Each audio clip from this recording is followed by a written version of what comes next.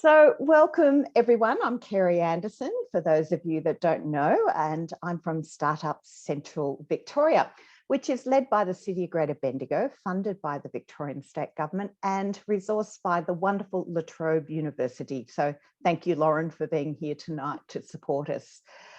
So we run accelerator programs, hackathons, but I have to say my favourite part are the Meetup chats where we get to talk with business people about their real life experiences.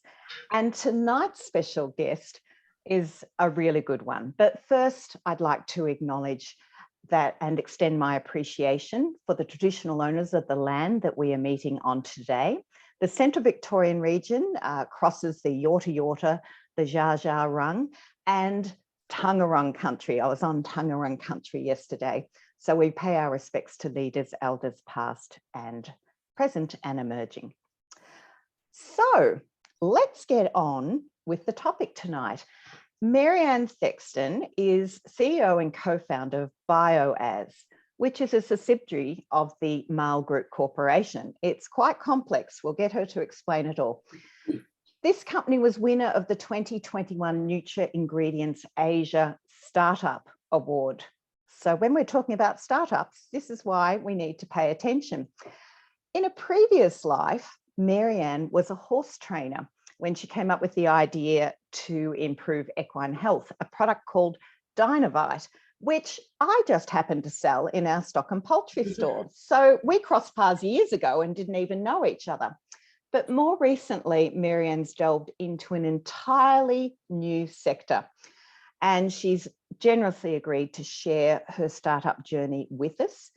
How did she engage with co-founders and investors, get them involved with her vision, create a brand new product, and then take it to market? This is all very new. So welcome, Maryann, and thank you for making your time available to us. I'm going to kick off with the question, how did you come up with the idea for Biotica Water and why did you think it was a winner? Well, thank you, Kerry, and thank you everyone for joining. It's lovely to see everybody. Well, it really did stem from the animal health products that we were developing, and we saw amazing improvements in the horses that we're working with. And being a horse trainer, I was fairly cynical of a lot of product development out there. It was a bit snake oily, or you couldn't really see if there'd been any benefits to the horses. But we worked with a product that showed absolute benefits, and the changes for good in the horses were phenomenal across many different horses. So that was an itch I just couldn't not scratch. If we could do that for horses, why couldn't we do it for people? So that was the beginning of the journey. And did you go out and become a doctor or a scientist, Maryann? No, but I had the fortunate experience of meeting a fantastic scientist. So we'd worked together on the horse product. So when I started to really think about how could we actually do this in real life terms for people, I went back to him and I asked the question, why can't we do this for people? And that was really the beginning of the journey, and probably my first collaboration where I started to hook people in. So just explain Biotica Water in layman's term. What actually is it? So what we've developed is an ingredient that's a combination of probiotics and prebiotics, which in the nutraceutical industry are called synbiotics. Now, normally, if you want to have probiotics, particularly in any foods or beverages, they have to be refrigerated. So you've got yogurts and Yakults and some of those dairy-based products where there's cultures in there that are good for your gut. But there's been a huge challenge to the industry where these products either have very short shelf life.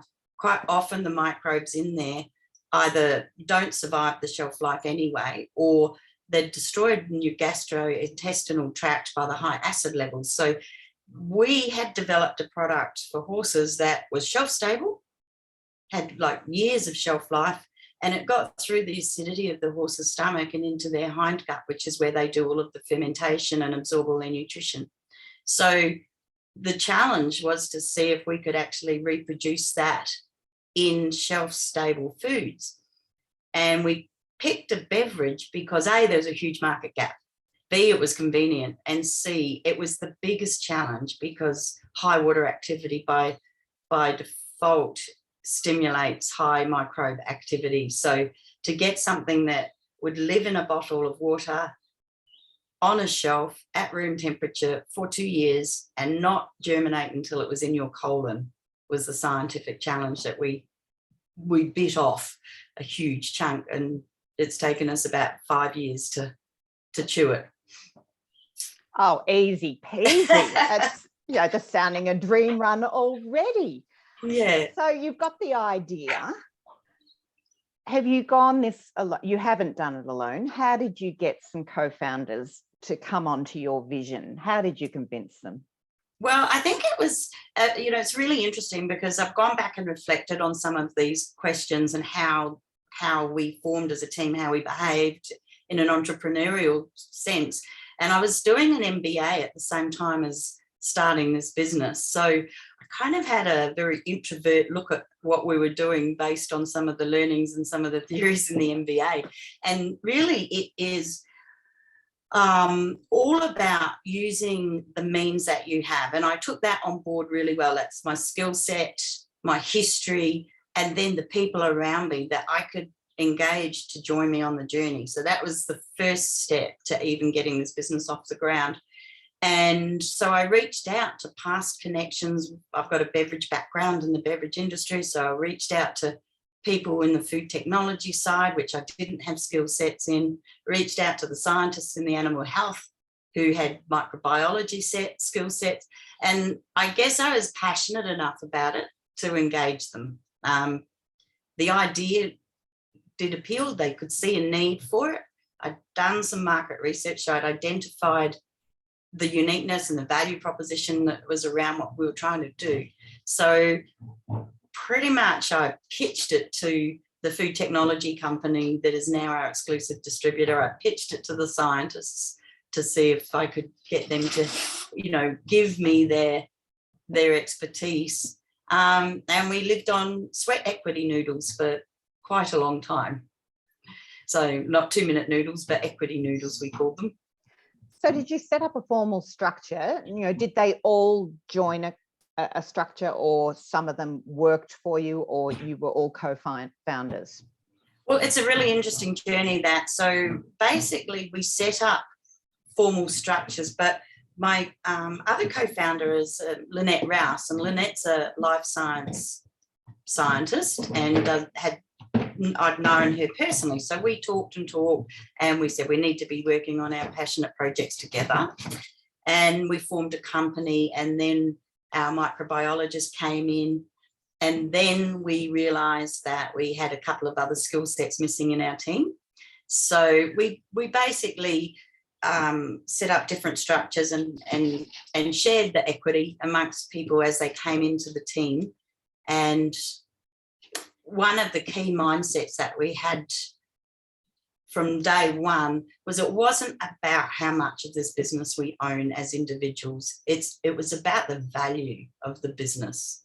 So we didn't look at, what's that person bringing to the table? How much is that worth? We recognised that we all actually had quite a lot of gaps in our skill sets, and we complemented each other really, really well, and that without one of us would succeed potentially. So from the very beginning, we all agreed it wasn't about who owned how much, it was about building value into the business. So whether we own 20% or 30% or 10%, it didn't matter. It was building that value, and then we would all benefit from it. So it was an important mindset to embed so we could then move on. We don't actually use the word founder in our team at all. And obviously you got professional advice to set up your structure. Was that a complicated process? Well, it ended up being a little bit complicated, but one of the things that had helped our team and our group, we've got 4 people that are the cornerstones of the company, was that we are all well and truly over 50. I think you don't look a day over. Oh, stop. Our median age is something like 64. So we're definitely the oldest startup team, I reckon. We're not all running around in sneakers and jeans. But so we'd all experienced the benefit of having some good structure and foundation and framework around the governance and compliance. So we are really quite well structured. We have really good platforms for knowledge management, centre of truth. We have really good platforms for compliance, and we built them from day one. So it's made that easier. We put in a pretty, we got advice on things like how to get investor ready with our corporate structure. That's a really important thing. We did some BDO workshops. We did all sorts of things that we could get knowledge and pull it together so that our intellectual property is secure in one company. We have our governance and our equity and our shareholders in one company, and that company owns all of the assets. So it owns the trading companies, it owns the IP companies. So we got some good advice on how to set all of that up, and that made us more attractive to investors when they could see that we had really rigorous compliance, really sound corporate structures that would protect the company's assets, and that the founders, we actually formed a separate company as founders and took the equity in the head company, and then as we went to the investment market, we issued shares and obviously therefore reduced our shareholding in that company, but not our number of shares. So we had some really, really good structure around it, and investors were complimentary. It gave them confidence, I think, in the quality of the information and data they were getting, and they didn't push back on our structures or how we had structured the initial shareholdings at all. So that was a skill set that one of our co-founders brought into the team. We realised that we needed to set ourselves up well, and we brought someone into the team that was highly experienced at that. So where do you go and find their shareholders? Did you do it through an existing structure or? So, well, it was a funny one, actually. That was a little bit of a hybrid, and I think this is a really sort of important thing that I've learned over the last 2 years.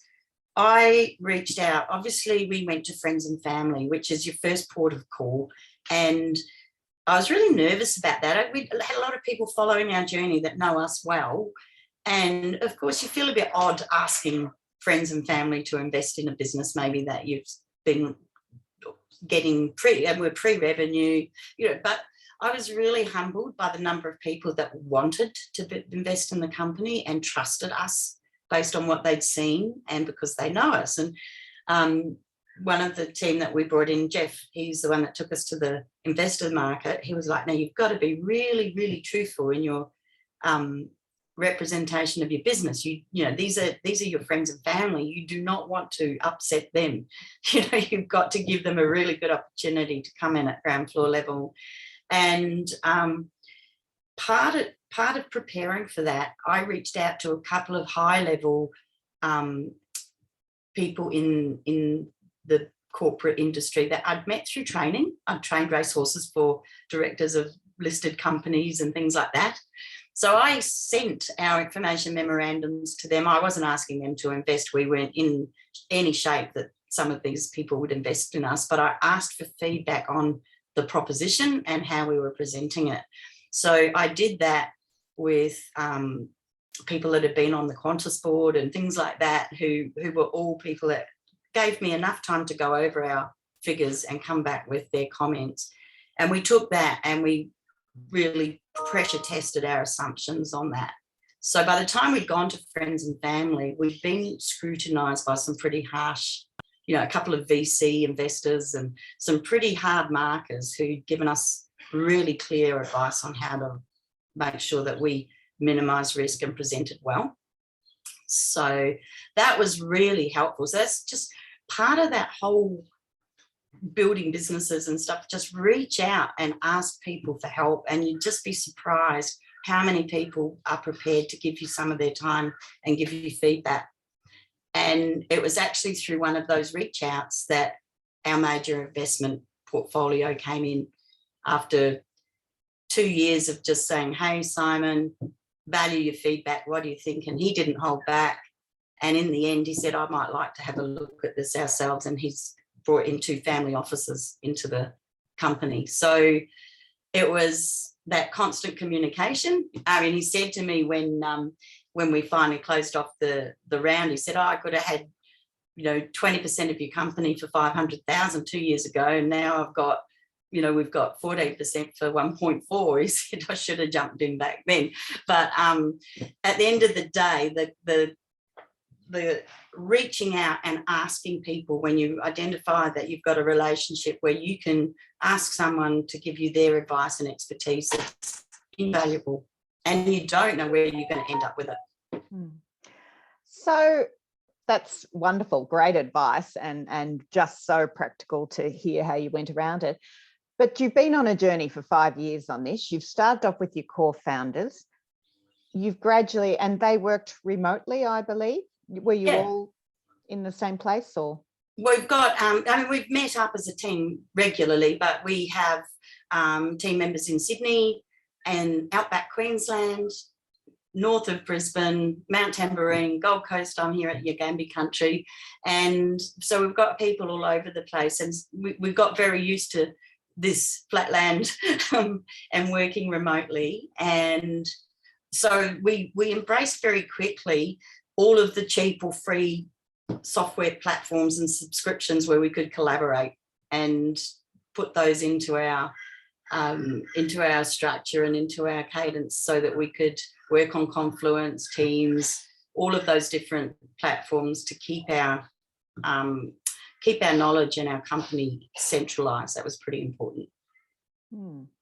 And has the team, and in terms of bringing in talent to support the company as it's growing, because you're at a crucial point now, it's just not getting investment, it's not developing the idea, you are actually in production. Yep. How have you attracted the people you need to support you in that process? So there's a couple of things we've hired. So we've just had our first 2 hires, which is exciting. So we have a leadership team of 5, and we've just onboarded, but 3 contractors in our leadership team, and we've just hired 2 young scientists, which is really exciting. So I think one of the things that is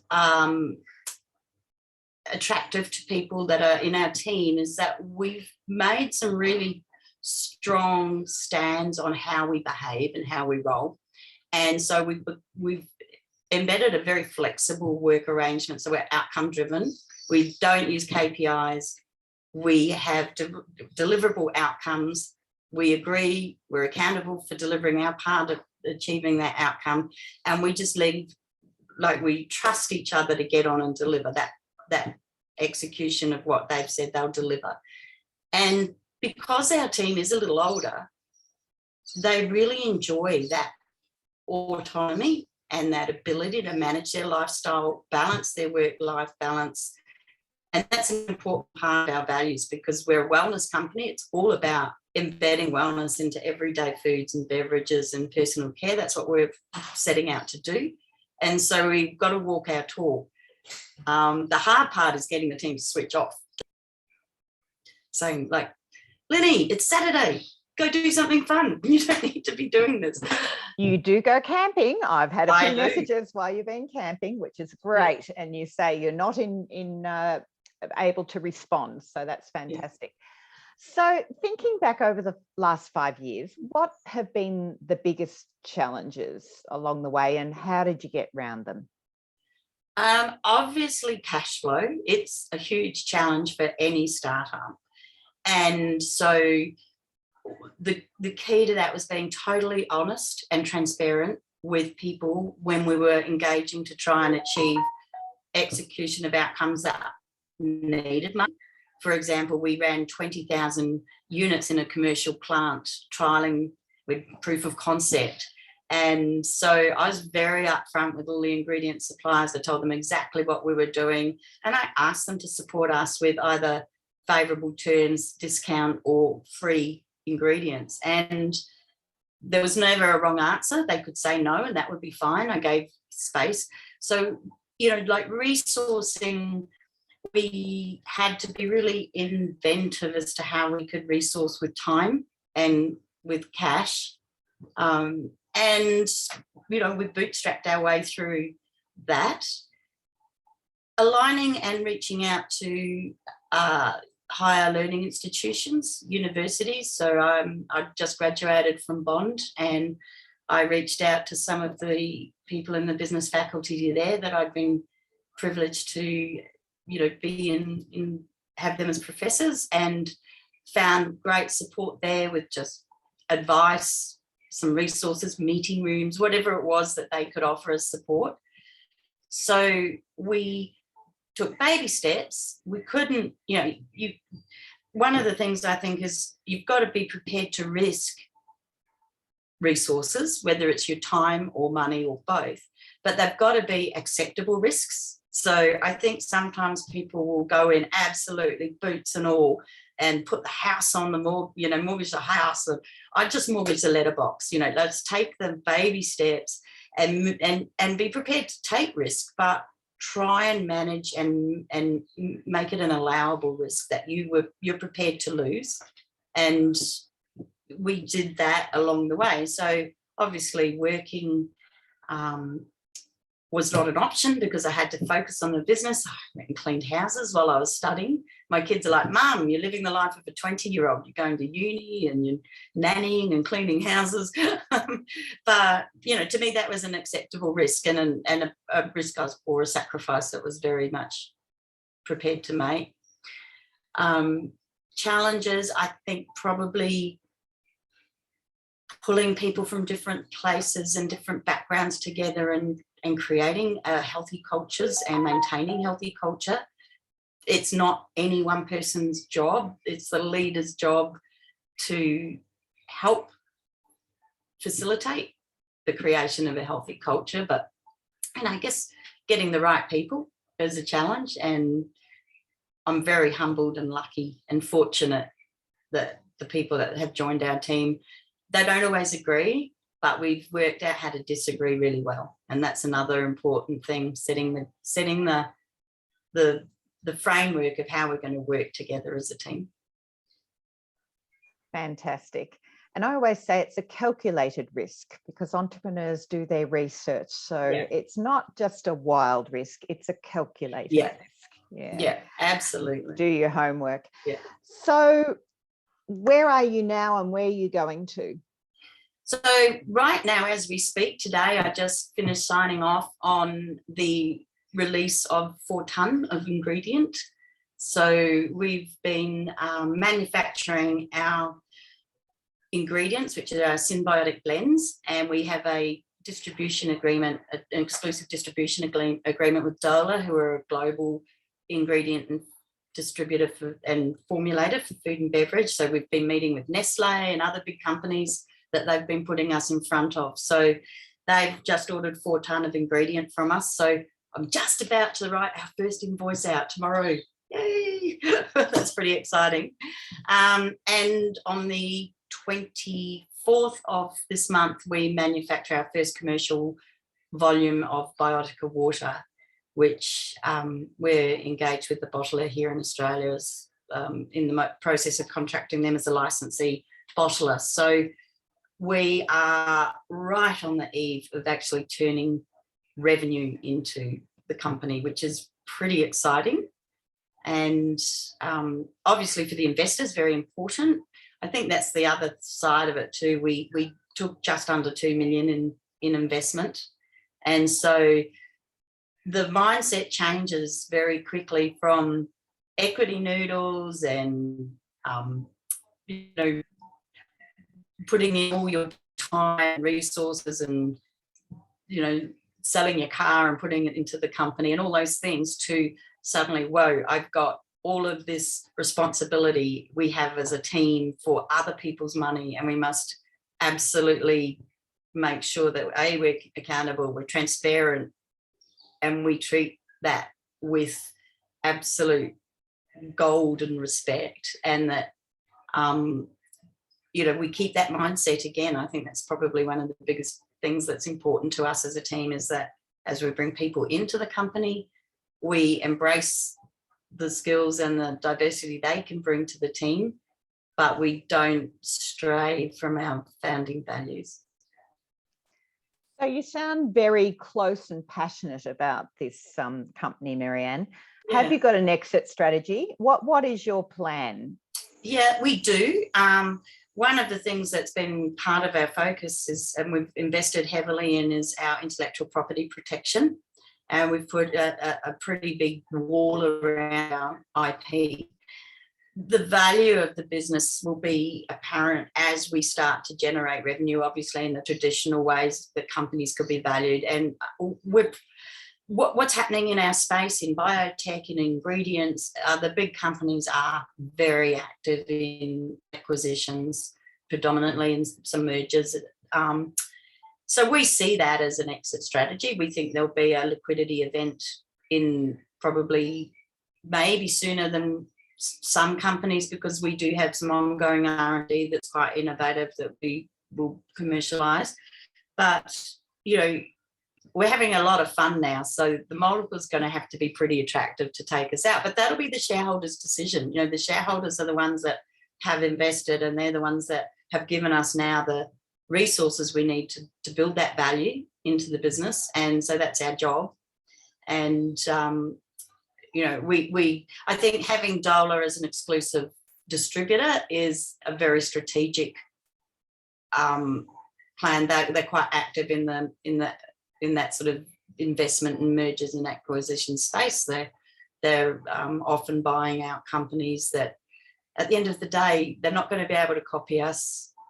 They will be an integral part of their business. It might just be better for them to buy us. But if it's not them, it might be a competitor or who knows. But we've built our business across all of our platforms so that we would be investor ready or due diligence ready within days. Like we've structured ourselves and documented our journey and developed our divisions of where we keep our knowledge and our data, so that we've got a very clear, and I think, I'm grateful for the input of Jeff, who came in and helped us with that, because even the investors that have now got a seat on the board have all complimented us and said that, it's extremely easy for them to understand the engine room of the business. Which I think is demonstrating to me how much background work has gone into setting up the structure, getting it right. And so that's fantastic. Now, my little internal alarm just told me that we're halfway through this session, and I really want to open it up for questions because I've had a lovely time asking what I want to know from Maryann, and I've had the privilege of talking to her lots of times, but every time I learn something new, so I could easily keep going. But does anyone have a question they would like to ask of Maryann? I'll go, Kerry. I'm sorry. Simon, go for it. Sorry. Hi, Maryann. Hi, Simon. How you going? Firstly, congratulations. Amazing just listening to that. So thank you so much for your time. My question, just going back to the actual start of it all, is where was your actual leap of faith moment when you decided that you actually, do you know what, I'm going to have a go at this. I'm going to put it on the line. It's been an idea for a while. I've done research and development, but it's time to get some skin in the game. Let's have a go, and we're going to push for this. Thank you, Simon. Yeah, good question. I'm going to probably sound a bit weird in this. I never didn't think I was going to do it, if that makes sense. And I guess it's because we had achieved something in the equine health. That was a startup. And so for me, it felt really natural to just take my past experience in beverages and animal health and blend them together and just go do it. I guess leap of faith financially, I was triggered with COVID, because when COVID hit, I was working for a family looking after their little girl for 25 hours a week, which enabled me to contribute. And they were quite aware of what I was doing with the business.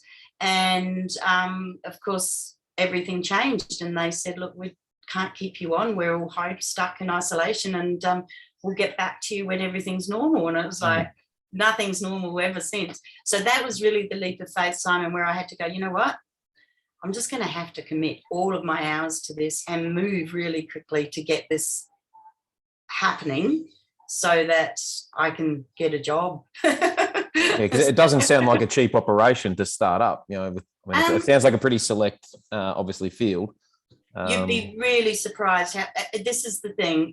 It was because the people I asked gave us the time. They gave us their expertise. They gave us all of the experimentation in the laboratories. And I kept saying to Harvard scientists, you know, Linny and I own the company. We need to get you in and put you in, and, you know, we don't feel right about this. And he's in his, he's nearly 80. And he was like, well, when I think there's something that we've really got something that we can prove, then we'll talk. You know, he worked with us all the way through. So, you know, it's not just me. It really was the people that committed and had faith in what I was trying to achieve that came on, and none of us would have achieved it without any one of us in the group. You know, if one of us had not or had exited or had not had the time to give the skills to it, then none of us would have got this far. Thank you. Great question, Simon. And I just love the adversity is a great breeding ground for entrepreneurs. So it triggers action, you know, things that have been dwelling there for a long time. So yet another example. Yeah. Who else has got a question that they'd like to ask of Maryann? Jared. G'day, Maryann. Thanks for your time this evening. It's really appreciate it. So, not a problem. My question sort of goes back a little bit further than Simon. I suppose you're clearly passionate about what you do, which is a massive driving factor.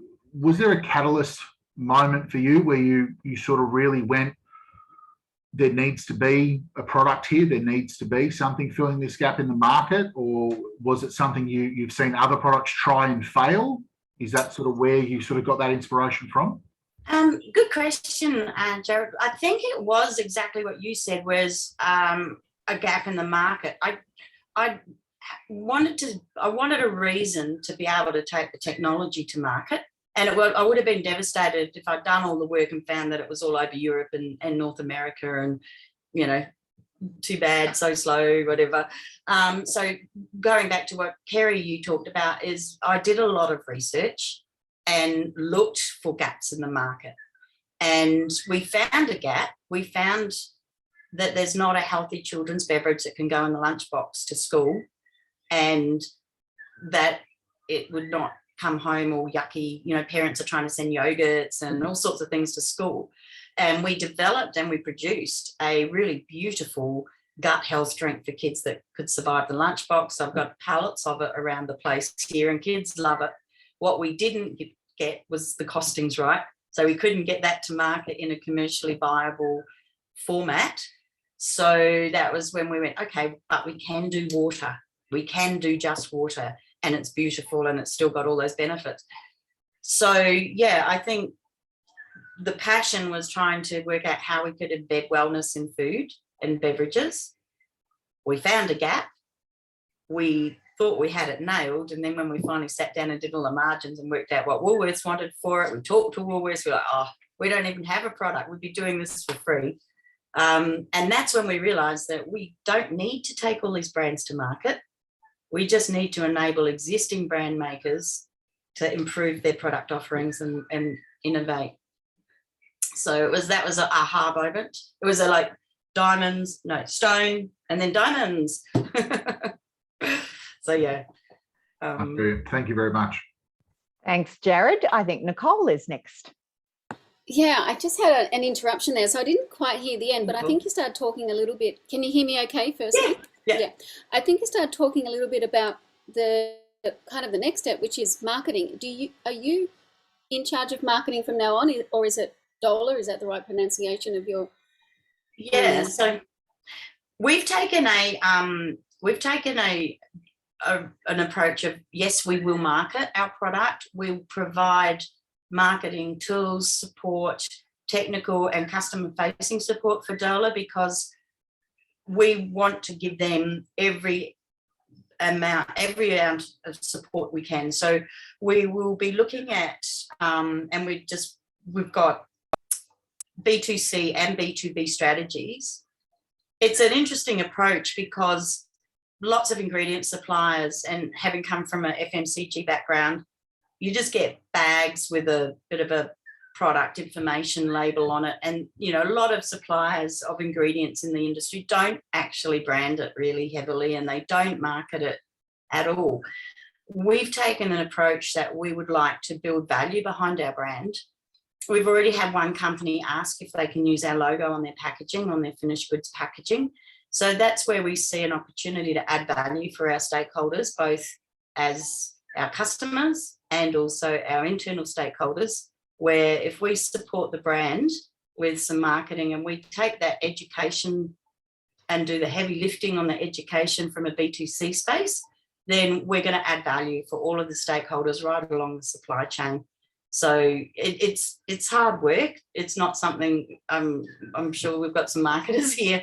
I'm not. I've just got a scattering of MBA sort of knowledge. But Lynette, she's our CMO. She was one of our co-founders. She's actually got a life science degree and a master's in marketing, which is a really weird blend.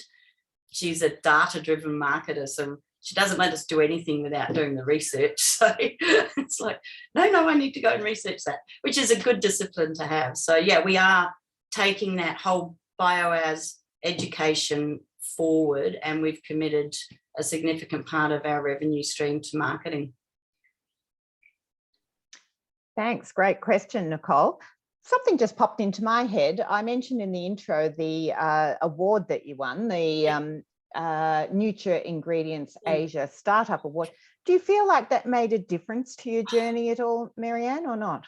Absolutely. I think the quality of the judges was really, really impressive. They were all, experts in their field, whether it was in the sciences or in the marketing or FMCG. There was a panel of around 12 judges. And what that did was it gave we were right in the due diligence with the investors from the family offices. So that gave them an external validation of the innovation and the science and what we were doing, and confidence that, yeah, we really did have something a bit innovative and interesting. And it also gave our team a huge boost, which was really great to just be recognised and have their hard work validated. And of course, then it gave Dola a little flag to fly when they're starting to talk to some of their customers to introduce the concepts and bring us along. And, it's been, Dola signed up as our distributor in October, and they're just about to get their first delivery of product next Monday. So it's been a little bit difficult for them, where they've got the enthusiasm, they've got a sales team out there and nothing to sell yet. So that's been, just an education and training opportunity, but now we really need product on the floor, and that's where we've got to now. So having that stamp on the ingredient is really helpful. Well, we expect lots of photos of those pallets getting distributed, coming out of the factory. So that's an exciting time. I went and took those photos this afternoon and sent them out to all the team. So that was pretty exciting. Yeah. Now, do we have any other? Oh, Nicole's got her hand up again. I just want to go back to that point. What is the reason for the long delay? And when you say it's been kind of an education experience, what have you learned out of that, or have they learned out of that? Well, great question. And what we've all learned is not to make any assumptions about anything. And I say that because we all know, but even down to will a sticker stick on a cardboard box? There's been so many as things that we've all assumed, and then we've gone, oh, actually, that's not right. We have to go back and fix that. And so as that started to, it was the transition from the planning, the strategizing, raising capital, which takes a lot of attention away from running the business, which is a real challenge, which is one of the reasons we brought Jeff in, so that we could keep focusing on the other things we needed to execute. But now we've gone from planning and strategizing and negotiating and doing all of those things to actually executing, ordering equipment, ordering raw materials, designing labels, getting delivery of things, negotiating with contract packers and manufacturers and all of those things. So there's a lot of activation going on, and what we've learned is when, you know, potential external stakeholders go, yeah, we can do that, or yep, got it, I know exactly what you need, they don't. So down to little tiny things that would just set us back, and artwork would take another week or whatever it was, Nicole. So what we've done is we've done a case study internally on a few of those things, and then we've taken it as a, how could we have done it better from our end, even if we felt maybe an external stakeholder wasn't clear enough or wasn't as transparent as they could be, or didn't give us the right information, or what we're saying is we didn't ask the right questions. So how can we put that into our behaviours so that as we grow and we are executing every day now, we're ordering and we're risking money and we're creating products, that we minimise those risks or shave them out as much as possible. So not just saying, oh, they should have told us, or they didn't explain that machine correctly. We're saying, why didn't we ask the right questions? What should we have asked? So a combination of that, we were ready to go to manufacture the week before Christmas. COVID hit, people got sick. There was just a sort of pile up of different scenarios, but we could actually, we as a team took from that, there were things that we could look to ask more questions as we start executing. So, yeah. Excellent. Now, Edwina's wrestling with a toddler, but she has a question for you, please, Maryann. Yes, thanks, Kerry. Yes, apologies, my camera is off. But yeah, lovely to meet you virtually, Maryann. Yeah, lovely to meet you. Yeah, I thought it was so interesting what you were saying about IP, and obviously that is like so critical to the value of a business, is securing that IP. Yeah. And I know there's so many things that can happen that undermine your patentable position if you disclose stuff too early or it's not protected. So obviously that has to be really baked in early to the business structure. And I was wondering, did you get external support, or how did you, because I know that can be expensive as well, so how did you navigate the IP situation? Yeah, I know. Well, and I hope I don't offend anyone here, but I find IP lawyers traditionally expensive and not overly interesting. But Jeff Flood recommended a particular firm. Very happy to give them a plug. I have never worked with such a good lawyer, let alone IP lawyer, and I was a legal manager in our beverage industry company. And we strategized our IP with our science team. So we came up with our strategies, which were some patent protection, some internal know-how and trade secret protection, and obviously trademarks and things like that. But it was a combination of patents and retaining in-house trade secret. So Edwina, you nailed it as far as how do you get that right. And we have allowed Steve Davey from Stellar Law to absolutely guide us on that. And he's given us, like, we had strategies where patent boxes are really attractive so that we can access the tax benefits from commercializing patents, tech from patents. But again, that's not helpful if someone can just go and make a minor change and rewrite your recipes. So we have enabled Steve to be our guide there. And so we've used a combination of innovation patents, a combination of international patents, and a combination of Australia provisional patent applications, as well as not applying for patents for certain things, certain parts of our know-how.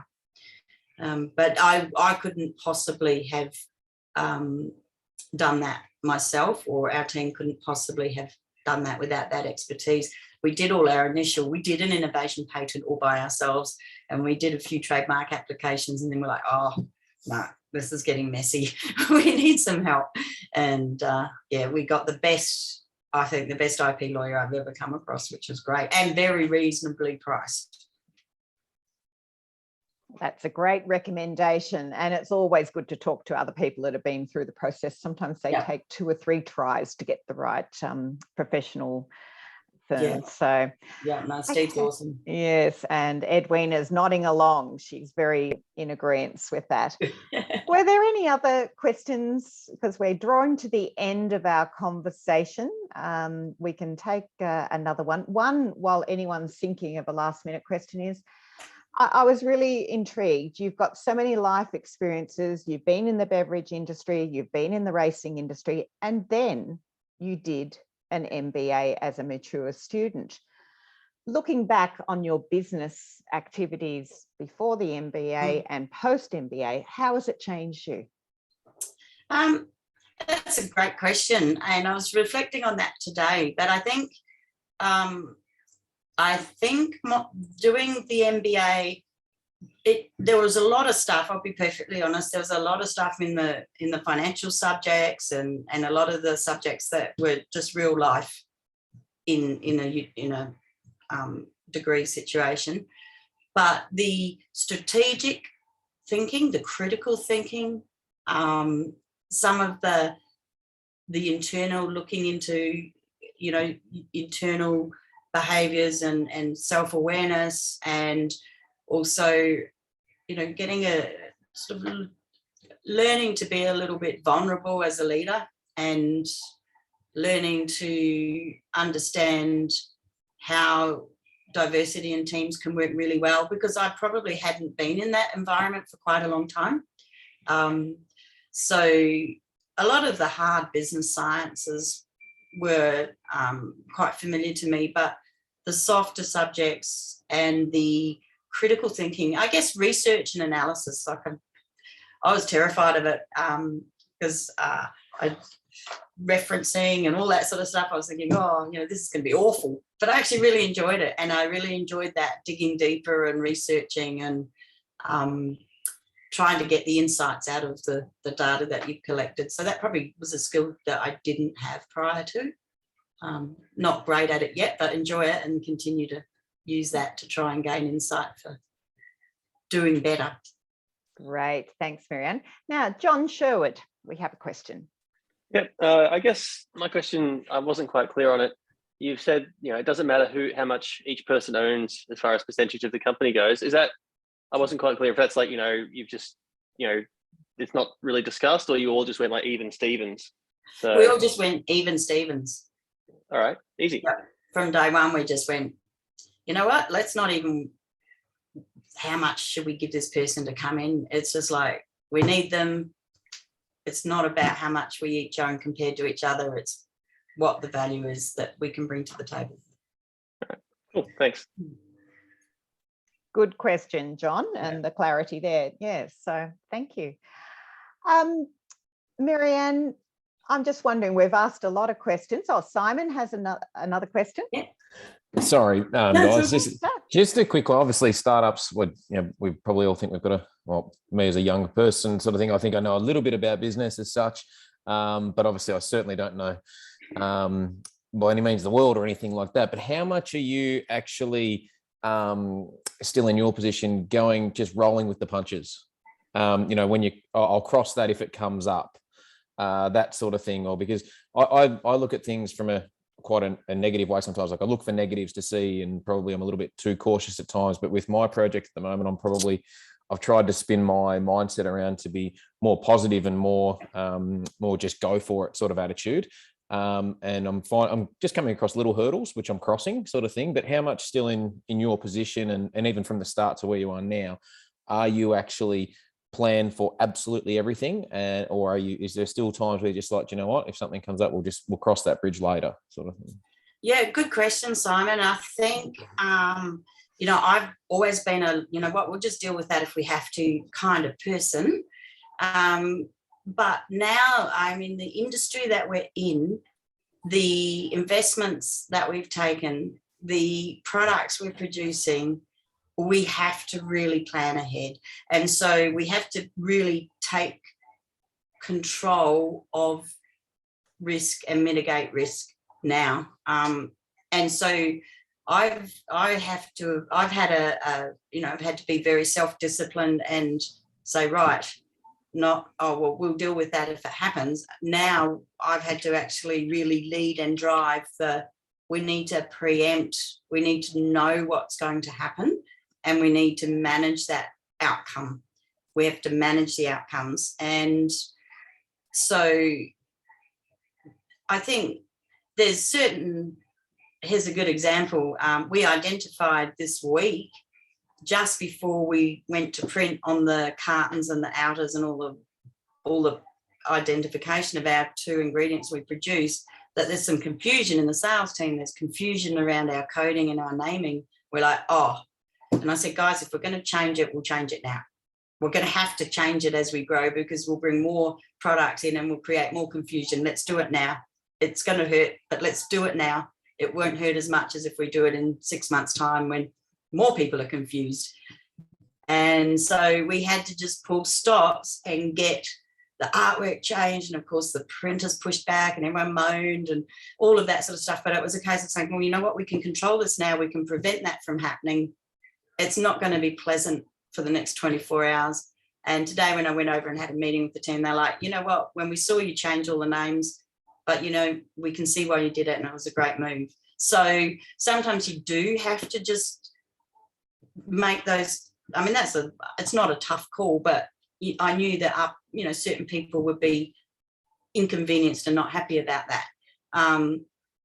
But I think it preempted a potential risk of maybe a company picking the wrong product and sending the wrong product to a customer and then using it in an application it wasn't designed for, and that would be really bad. So we bit the bullet and made that decision and jumped over that hurdle to mitigate that risk.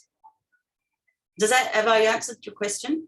Yeah, I think so. Yeah, thank you. Yeah. It's just more about, like obviously we're going down a road we haven't been down before.